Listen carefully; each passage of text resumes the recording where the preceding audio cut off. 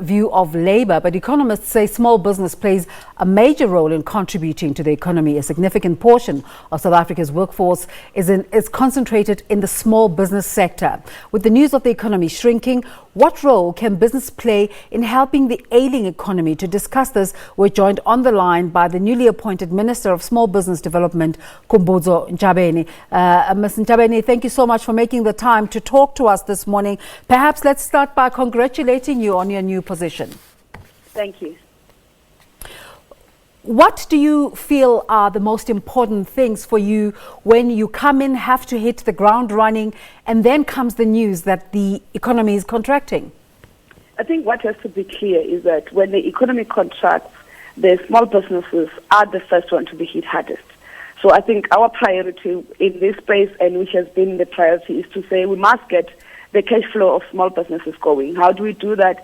Government at all levels must pay on time, and that's the first issue we are going to be preoccupied with, to make sure that we get government departments, municipalities and everyone to pay small businesses on time. We are going to engage at the Cabinet on measures that we want to propose to ensure that, including creating an app where small businesses can report on that. But secondly is to strengthen their financial support. And how do you do that? You want to make sure that all our agencies are not working in a disintegrated manner, but that it's seamless. So if you go as a small business to a CEDA, for example, to apply, to want assistance with compiling a business proposal for funding by FIFA, it should not be rejected because you have been helped by CEDA. So we want to have an engagement with our two agencies to make sure that's seamless, but also engage the private banking sector on their funding packages and how do they support the small businesses in these economic conditions to make sure that they survive, but also to fund them. Equally, we'll do our part to fund them. But what is also critical is making sure that small businesses access markets. And the first market that is there is government. And government must open up the doors.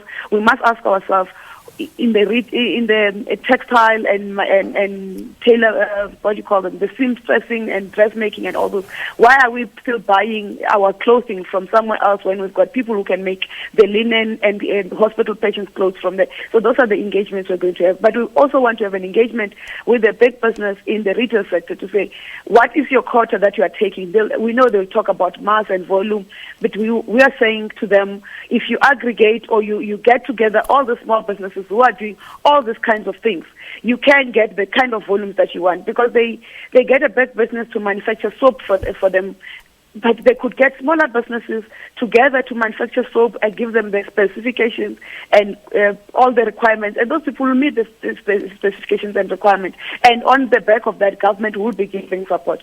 So our part is to make sure that we reduce as much red tape as it's possible to make the small businesses survive and be viable. And in this critical time when there's contraction, our role becomes more prominent, because small businesses, if they can survive their first 5 years, it has been proven that they can be very effective contributors to job creation and all sorts of and growing the economy. The economies in the Asian Pacific that are growing because of small businesses.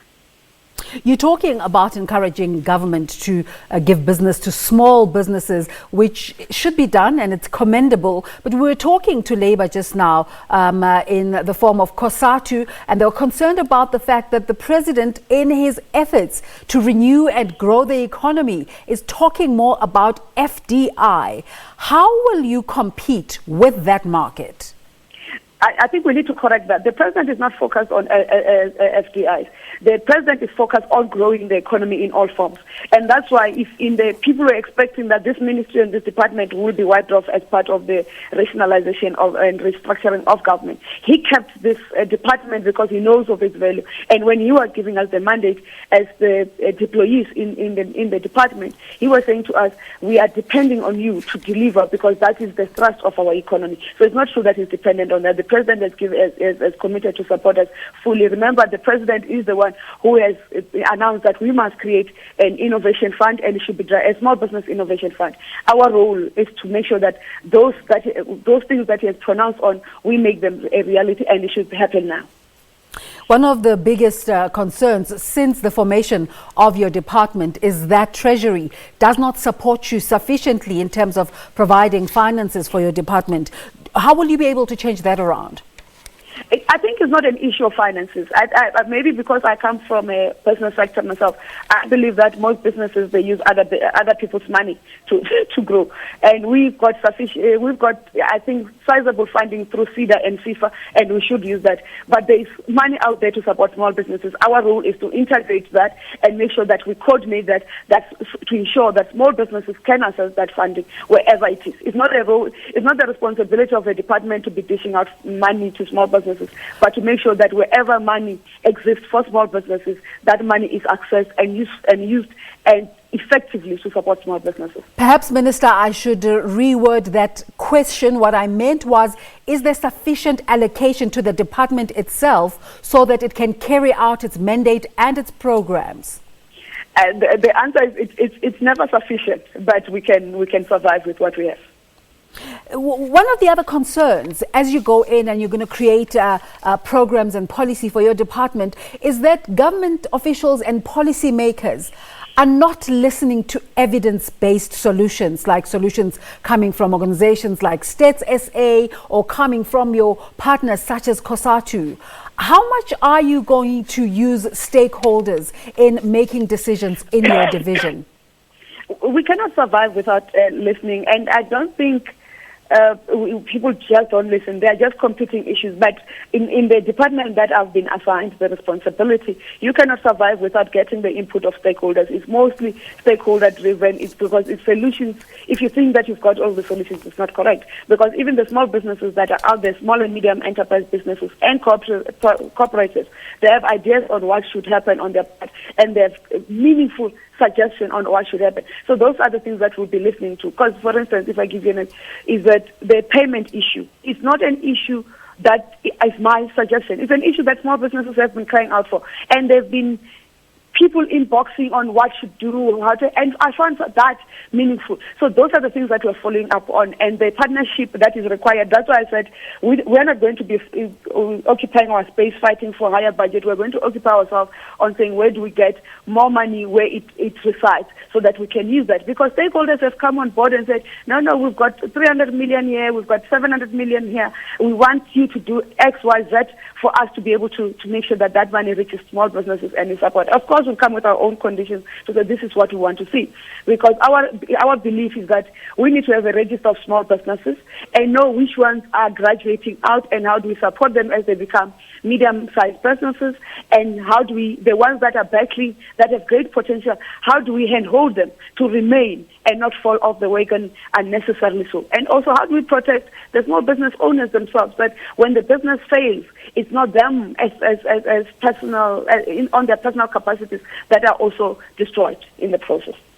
So we interact a lot with small businesses on this show when we look at the impacts of political decisions on their lives and on their aspirations.